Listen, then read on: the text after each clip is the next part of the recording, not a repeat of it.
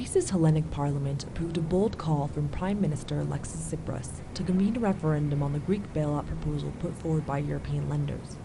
The plan for a July 5th referendum comes one day after Eurozone officials said they would not extend the June 30th deadline for Greece's debt payment. Despite protests from the country's creditors, Tsipras said Athens must resist blackmailing and an undermining of Greek sovereignty.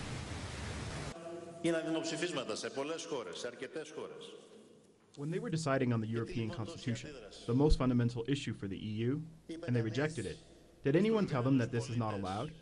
Did anyone dictate to them the referendum question? Did anyone tell them that if they vote no, it will be as if they vote for leaving the EU? So why are some people today so afraid of the verdict of the Greek people? Why are they blackmailing to this extent? They should think about this. Sometimes blackmailing backfires.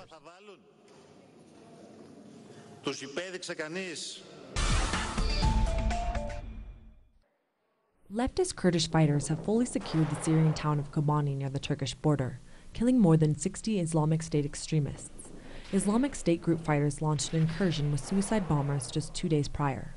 Despite months of U.S. and coalition forces airstrikes against the extremists, including 14 in Syria and 7 in Iraq on Friday, the left-wing Kurds, who are connected to Turkey's Kurdish Workers' Party, have been the most effective force stemming the Islamic State group's advance.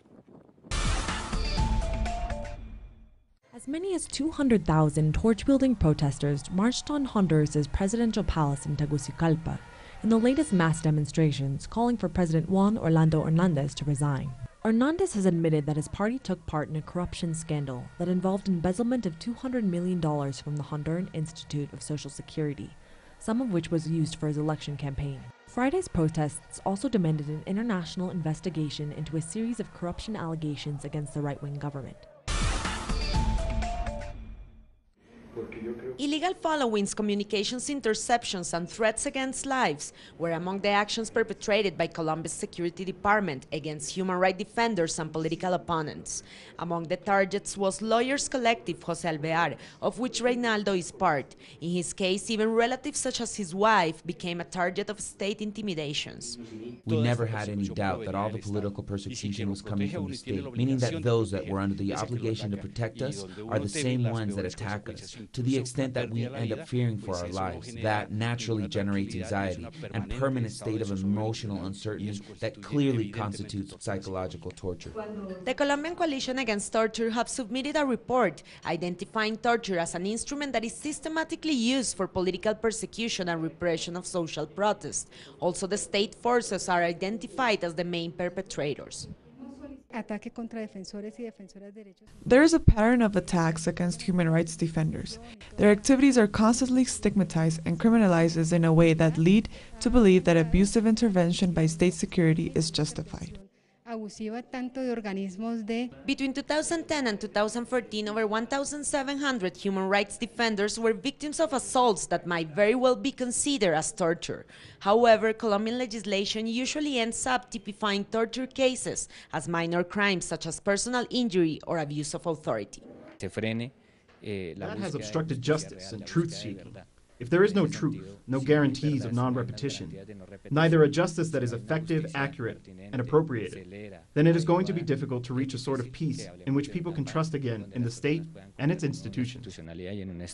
Right when the issue of compensation for the victims is at the center of Colombia's peace negotiations, human rights defenders believe that the crime of torture, usually underreported and overlooked, should be addressed as a fundamental part of truth-seeking and justice. Natalia Margarita, Telesur, Bogotá, Colombia.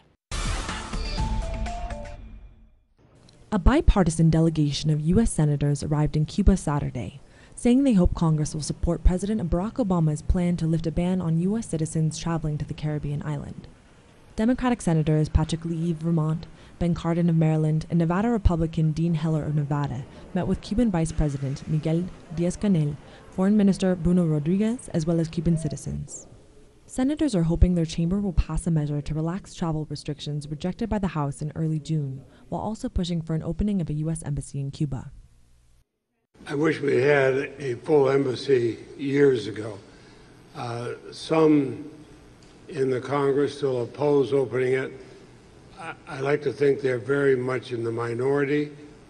We must open an embassy, a full embassy. We have a wonderful ambassador here, but he needs to have the ability to have the staff and the facilities necessary. Look at the United States. I like to think we're a great country. Our embassy should reflect that, something that's open to everybody.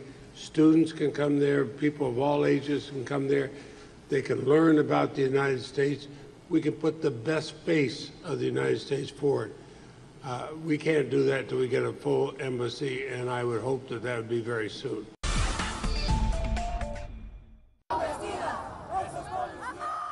Pride festivities continue around, with many of the crowds celebrating legislative advances, including the recent U.S. Supreme Court verdict on same-sex marriage. Mexico's LGBT community took to the streets Saturday to also celebrate a Mexican Supreme Court that opens the door to same-sex marriage throughout the country. Mexico City became the first jurisdiction in the country to legalize same-sex marriage in 2007. Followed by the states of Quintana Roo and Coahuila, the ruling could put Mexico in line with Argentina, Brazil, and Uruguay as the only Latin American nations to allow gay marriage. We came to celebrate the fact that at the national level, now, gay marriage is allowed. No municipality or state can deny us that. Since we also pay taxes, I think we should have the same rights. We can also adopt, and most of all, we have the right to have a better life, like any other person.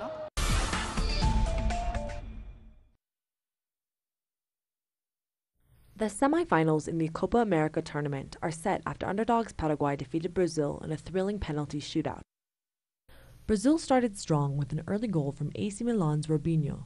However, the Paraguayans forced the Brazilians to concede a late penalty kick, sending the game into penalty. After two costly mistakes from Douglas Costa and Everton Ribeiro, 21-year-old Derlis Gonzalez converted from the spot to send Paraguay to the semis against Argentina. Chile will meet Peru in the other semifinal match. Facts that have marked the course of history. Productions designed in the English language and made for the English-speaking world. This is Documentary. Watch it on telesur.net/English. Telesur, wherever the news, you'll be there.